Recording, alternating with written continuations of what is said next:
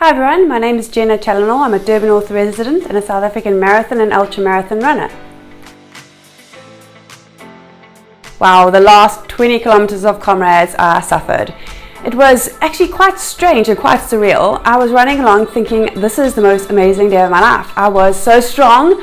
60 k's into the race, I remember my coach saying, "You're having an amazing day, keep going, it's going great, we're going to do so well." And I was like, this is so great, I'm feeling great, I'm loving it, the crowd's amazing.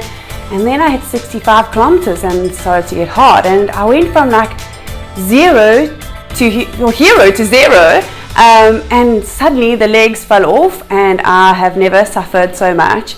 Most people saw the last sort of 300 meters, but I actually suffered for the last 20 kilometers. I remember thinking, how are my legs going to lift? Let's just go 1 kilometer at a time and get through 1 kilometer at a time so that I get to the finish. But there was nothing on earth that was going to stop me. And when I started nearing the stadium, I started to think, oh, I'm nearly there.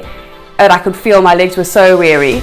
And going into the tunnel, I think there was a little bit of water on the floor, or I'm not actually sure what, but my foot slipped and my legs just went down.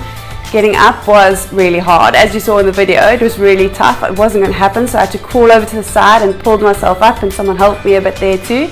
Then I thought, walk a few steps and let's get running. And I was just saying to myself, now don't fall again. Slow down a bit on the grass. I looked like I was shuffling, and I didn't want to fall. So I kept going, and I don't know if I said in my head, "Phew, you made it," and then the legs just went down, and I went down again, and I was like, "Oh, you're kidding me." And I tried to get up a few times, and I remember seeing 2 guys passing, one being Alistair Leslie, who I actually know fairly well through running. Put my hand out for him. I just wanted him to help me to my feet. I didn't want him to carry me across the line. And you are allowed to be helped to your feet, but you're not allowed to be helped or touched at all crossing the line as an elite athlete. So the other guy was worried that he may do that, so he said he mustn't do it, which was the right thing to do, and I'm glad he did do it.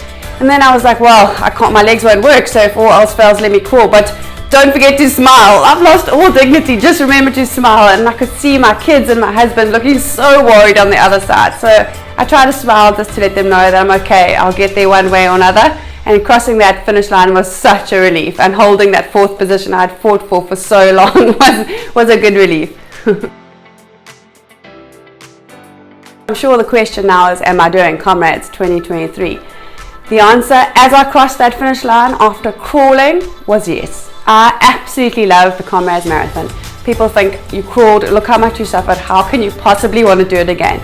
But there's just something about the Comrades Marathon that draws you back year in and year out. So yes, I absolutely do want to do the Comrades.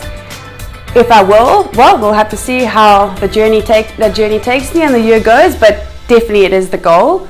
Unfortunately, after Comrades, as you saw, my body was absolutely depleted. I have picked up quite a lot of viral infections.